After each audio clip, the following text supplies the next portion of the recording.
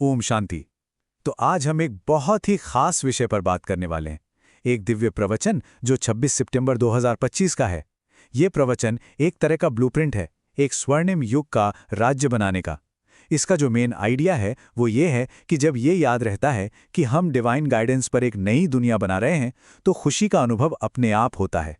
तो चलिए इस ब्लूप्रिंट की गहराइयों में उतरते हैं और देखते हैं कि इसमें क्या क्या बताया गया है।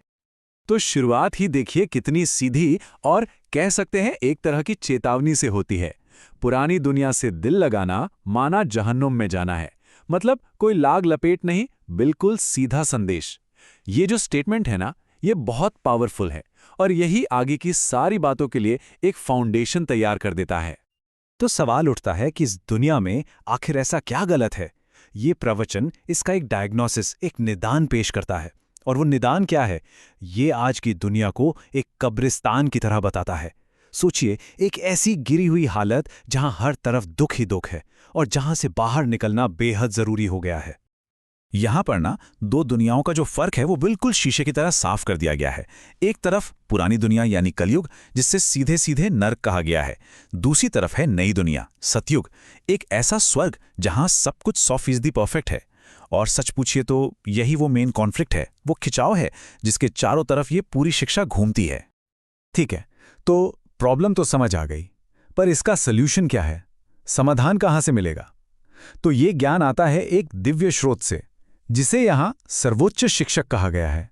वही हैं जो इस पूरे ट्रांसफॉर्मेशन के लिए रास्ता दिखाते हैं, गाइड करते हैं। और यहां एक बहुत ही दिलचस्प बात सामने आती है।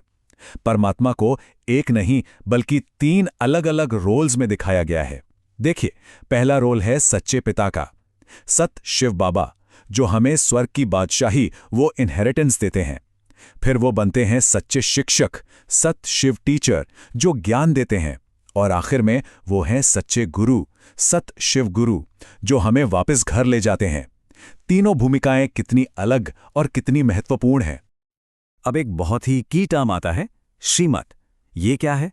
ये हैं वो सबसे श्रेष्ठ, सबसे ऊंचे निर्देश जो उस सर्वोच्च शिक्षक से मिलते हैं। आप इसे एक तरह का इंस्ट्रक्शन मैनुअल समझ सकते हैं। और ये साफ कहा गया है कि इस श्रीमत पर चलना ही, यही वो एकमात्र रास्ता है जिससे वो नया राज्य स्थापित हो सकता है। इसके बिना कोई और रास्ता नहीं। तो ये जो रास्ता है ना, ये बाहर की दुनिया में नहीं बल्कि हमारे अंदर है। ये एक इंटरनल जर्नी है। यह प्रवचन हमें बताता है कि उस नई दुनिया के रास्ते में जो सबसे बड़ी रुकावट है वो कहीं बाहर नहीं, वो हमारे अपने अंदर ही छुपी है। और इसे कुछ खास कमजोरियों या कह ले अवगुणों के रूप में पहचाना गया है। तो फिर सवाल ये उठता है कि आखिर कौन है वो सबसे बड़ा दुश्मन? इस शिक्षा के अनुसार वो कौन सी चीज है जो हमें रोक रही है? ये सवाल सीधा हमारे अंदर के उस संघर्ष के दिल पर चोट करता है। और इसका जवाब भी बिल्कुल सीधा और साफ है। प्रवचन में कहा गया है, भगवान का निर्देश है कि काम महाशत्रु है। जी हां, काम यानी लस्ट। इससे ही वो सबसे बड़ा दुश्मन बताया गया है, जो इंसान को आसुरी संप्रदाय की तरफ ले जाता है और उसके गिरने का सबसे बड़ा कारण बनता है। तो ठीक है, दुश्मन का पता चल गया, पर अब इस पर जीत कैसे हासिल करें? इसका तरीका है देही अभिमानी बनना। यह बहुत गहरा कॉन्सेप्ट है।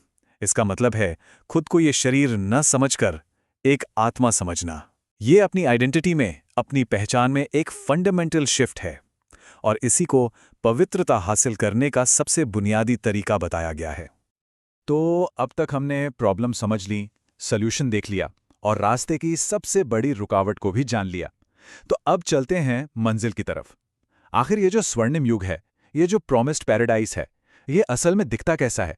क्या है इसकी खासियत? ये है लक्ष्मी नारायण के राज्य की तस्वीर। देखिए, एक ही धर्म होगा, देवी देवता धर्म, एक ही राज्य, एक ही भाषा, कोई बंटवारा नहीं। और सबसे बड़ी बात, हर चीज 100% होगी। 100% पवित्रता, 100% शांति और 100% समृद्धि।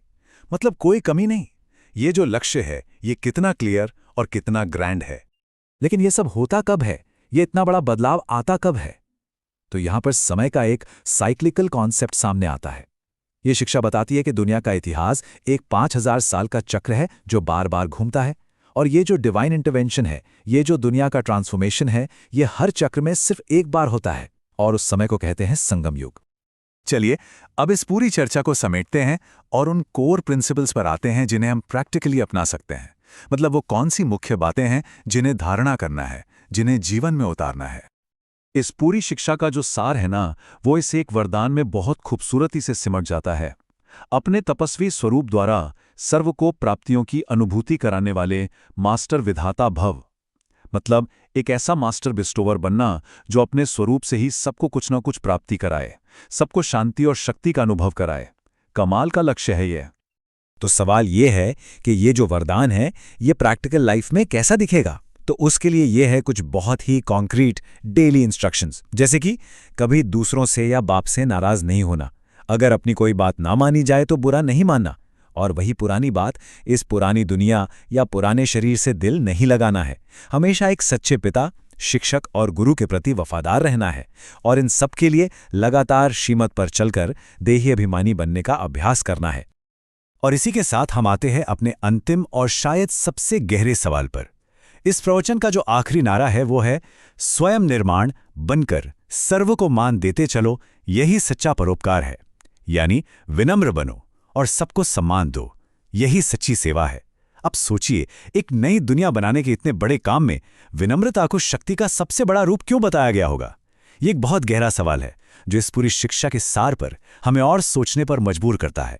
ओम शांति।